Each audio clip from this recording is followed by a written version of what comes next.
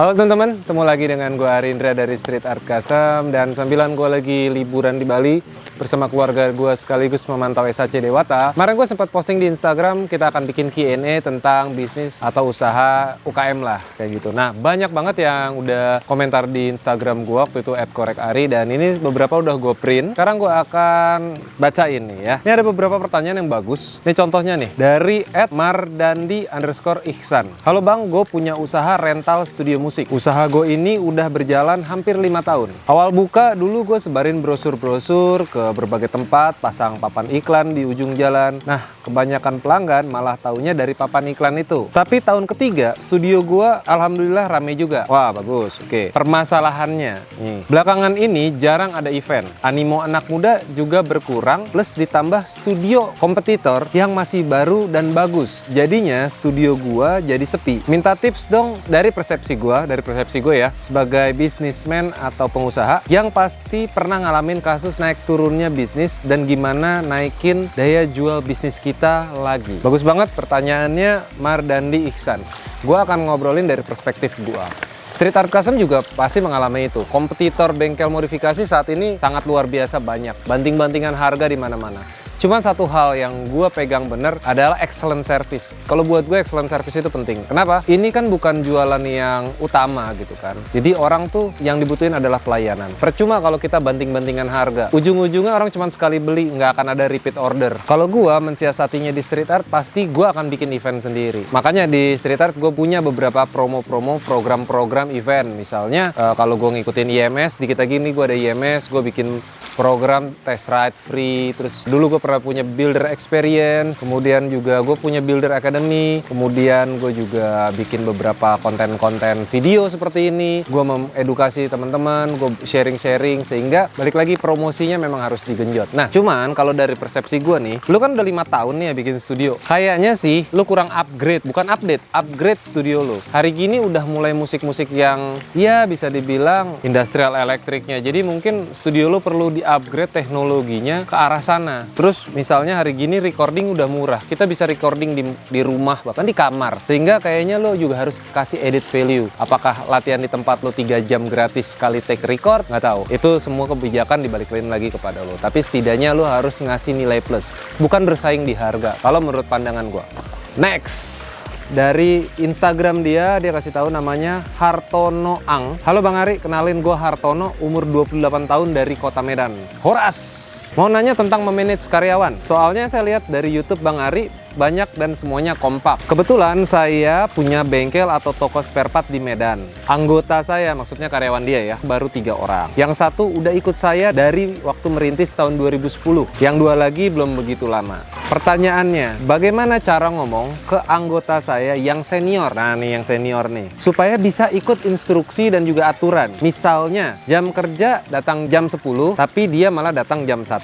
Dan dia sepertinya punya masalah keluarga yang sangat rumit. Satu lagi, dia lebih tua 10 tahun dari dia nih. Dan itu yang membuat saya segan terhadap dia. Sudah beberapa kali saya mau mengeluarkan dia, alias di resign-kan ya. Tapi saya kembali berpikir jasa-jasa pada saat dia pertama kali merintis. Alhasil nggak jadi. Bang Ari, kalau di posisi saya, bagaimana reaksi Bang Ari untuk memanage anggota ini? Apakah dikeluarkan saja atau dipertahankan?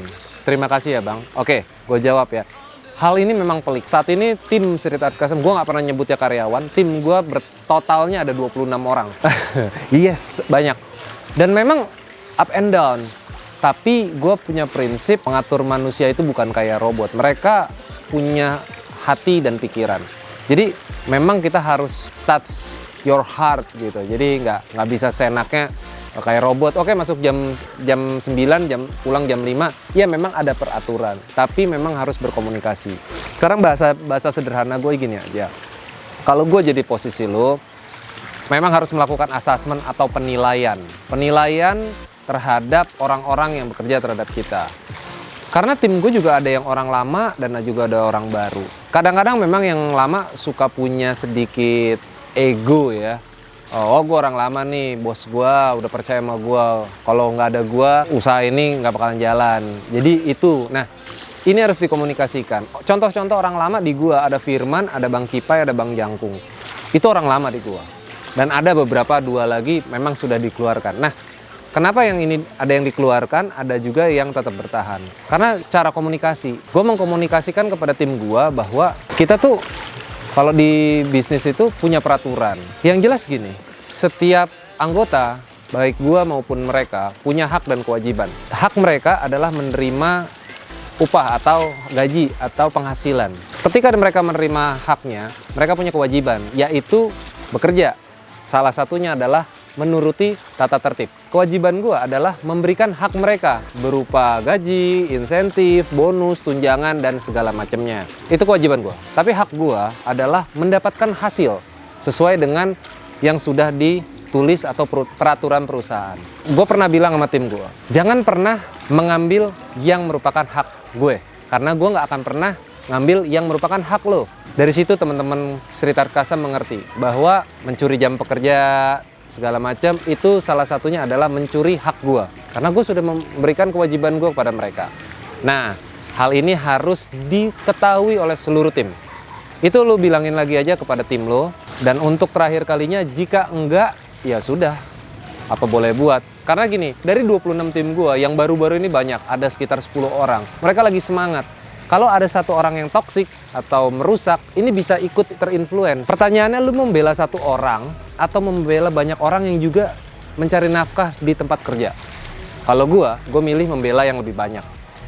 Kurang lebih seperti itu. Dan satu hal lagi buat lu bro yang punya usaha, lu nggak punya utang apa-apa sama tim atau karyawan. Karena kewajiban lo udah lo bayarkan. Bahwa mereka punya merintis ketika bersama lo, iya. Kalau itu lebih ke personal, tapi secara profesional itu nggak ada. Jadi intinya lu udah memberikan hak mereka, kewajiban mereka sudah, kewajiban lu sudah, selesai. Memang agak sulit, tapi bisa kok. Percaya aja. Next, dari yoga_yanesart. Yoga_yanesart. Bang, bagaimana saat lo memutuskan buat ngebengkel? Meskipun orang terdekat mungkin kurang support dan lebih mengarahkan ke hal yang lain yang bukan minat kita. Nah, pada intinya dia lagi pengen berjalan bisnis, cuman keluarganya atau orang terdekatnya nih kayaknya nggak yakin kalau dia bisa ngejalanin.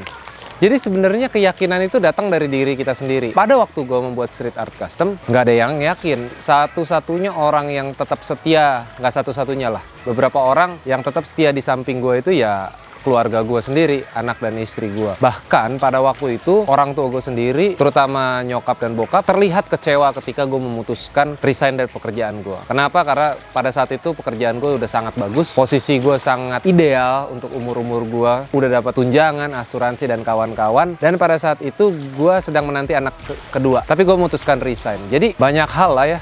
Banyak hal. Satu-satunya orang yang bisa meyakinkan diri lu adalah diri lu sendiri.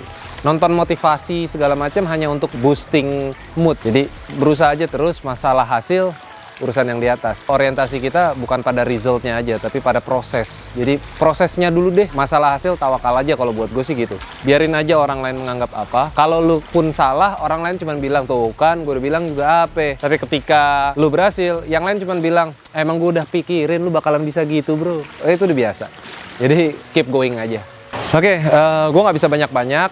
2 pertanyaan lagi ya, karena setiap ada pertanyaan jawabannya pasti panjang. Karena gue nggak akan jawabnya cuma yes or no doang. Oke? Pertanyaan kedua sebelum terakhir. Dari Khadafi_Rizal. Bang, izin tanya tentang pengelolaan uang dan pendapatan. Saya pikir itu paling berdampak bagaimana nanti usaha kita. Terus cari partner gimana dan bikin peraturan agar dipatuhi oleh partner kerja kita bagaimana. Mohon dipertimbangkan untuk dibahas. Oke, dan juga biar lebih detail, bahasnya dari 2 sudut pandang. Dari usaha yang baru mulai dan yang udah besar. Maaf kalau terlalu banyak nanya. Nggak ada masalah. Thank you buat Khadafi Rizal. Gue bahas ya, pengelolaan uang. Kalau gue pribadi di Street Art Custom, gue pribadi selaku pemilik utama, gue digaji. Gue mempunyai gaji yang gue tentuin sesuai dengan living cost. Living cost itu apa? Ya cukup buat makan, bayar anak sekolah, ya keseharian lah, kurang lebih seperti itu. Terus lebihnya dari mana? Nanti akhir tahun, berapa gue punya untung. Kalau nggak punya untung ya sudah, gue nggak dapet apa-apa. Jadi keuntungan tiap bulan tuh gue putar terus aja. Orang banyak ya, terutama di bengkel, temen-temen gue, apa yang dia dapat hari itu, itulah yang dia makan. Buat gue paradigmanya agak salah. Tapi nggak salah ya, kalau buat temen-temen itu versi gue. Jadi kalau gue gajian. Terus bagaimana cari partner? Partner itu ada banyak hal ya. Ada yang sekedar investor, ada yang partner juga melakukan pekerjaan, partner aktif namanya. Kalau investor, partner pasif. Kalau gue sih sendiri nggak bisa mensuggest apa-apa, karena kadang-kadang lu punya ide, lu nggak punya modal. Ada lu punya modal tapi nggak punya ide, atau lu punya modal, lu nggak bisa jalanin. Jadi sebenarnya partner itu bisa saling mengisi. Cuman memang kadang-kadang banyak orang yang akhirnya berpartner kemudian berpecah. Gue sendiri dulu juga pernah punya, sebenarnya bukan partner ya, tetap aja dia bekerja di street art, cuman memang gue memberi wewenang lebih. Pada saat ini ada beberapa orang bahkan gue kasih wewenang setara seperti itu. Mohon dipertimbangkan sudut pandangnya dari usaha yang baru. Kalau usaha yang baru, katakanlah lu punya partner. Dulu itu gue punya gaya yang biar kelihatan keren, founder, co-founder gini. Tapi sebenarnya usaha street art itu memang punya gue sendiri. Itu cuman penamaan biar terlihat wow gitu. Jadi pemilihan nama juga mohon dipertimbangkan. Kenapa? Karena dari nama itu kadang berujung kepada besaran cakupan pekerjaan dan tanggung jawab dan kewajibannya. Intinya itu. Sebenarnya kalau usaha baru dimulai ini paling pelik ya, karena apalagi modal terbatas. Jadi saran gua bener-bener harus presisi lah gitu, harus cermat. Kalau enggak duit bisa habis kemana-mana, invest sana sini nggak jelas. Wah, beli modal ini nggak laku, bikin ini biar terlihat keren, ternyata nggak ngaruh juga. Jadi untuk modal kecil lebih baik, atau usaha yang baru jalan lebih baik fokus pada plan-plan utama. Pertanyaan terakhir nih dari Ajat.N. Bang, gue lagi kerja di sebuah perusahaan. Di sisi lain, gue sama 2 temen gue lagi coba bangun usaha. Kita semua kerja, hampir jarang ada waktu buat bahas usaha. Kita malah jadi bingung siapa yang nge-handle usaha. Nah, ini pertanyaan banyak banget nih. Waktu gue dulu juga kerja, ada beberapa temen gue usaha bersama atau kolektif. Semuanya sama-sama kerja. 80% hancur. Karena ya bagaimana, usahanya nggak ada yang runningin. Mereka terlalu percaya pada orang untuk merunningin usaha. Ya agak sulit ya. Kalau gue sih gitu melihatnya. Jadi saran gue, kalau lo memang yakin terhadap usaha lo ini, go ahead aja lah. Jalanin, salah satu harus ngalah atau semuanya ikutan turun. Intinya gitu, jadi sesuai dengan kesepakatan aja. Oke, itu tadi Q&A mengenai usaha dan bisnis. Sekali lagi, gue bukan orang yang jago banget di bisnis, gue bukan orang yang hebat banget dalam bisnis, tapi setidaknya gue mencoba untuk berbagi buat lo semua, supaya ya minimal apa yang gue udah alamin bisa di-sharing kepada kalian, supaya kalian juga semangat, supaya kalian terinspirasi untuk memulai usaha. Itu aja. Dukung terus modifikasi di Indonesia, jangan pernah buang sampah sembarangan, jauhi narkoba serta pornografi, dan jangan pernah duduk di toilet jongkok. Gua Rindra Perkasa, bye-bye.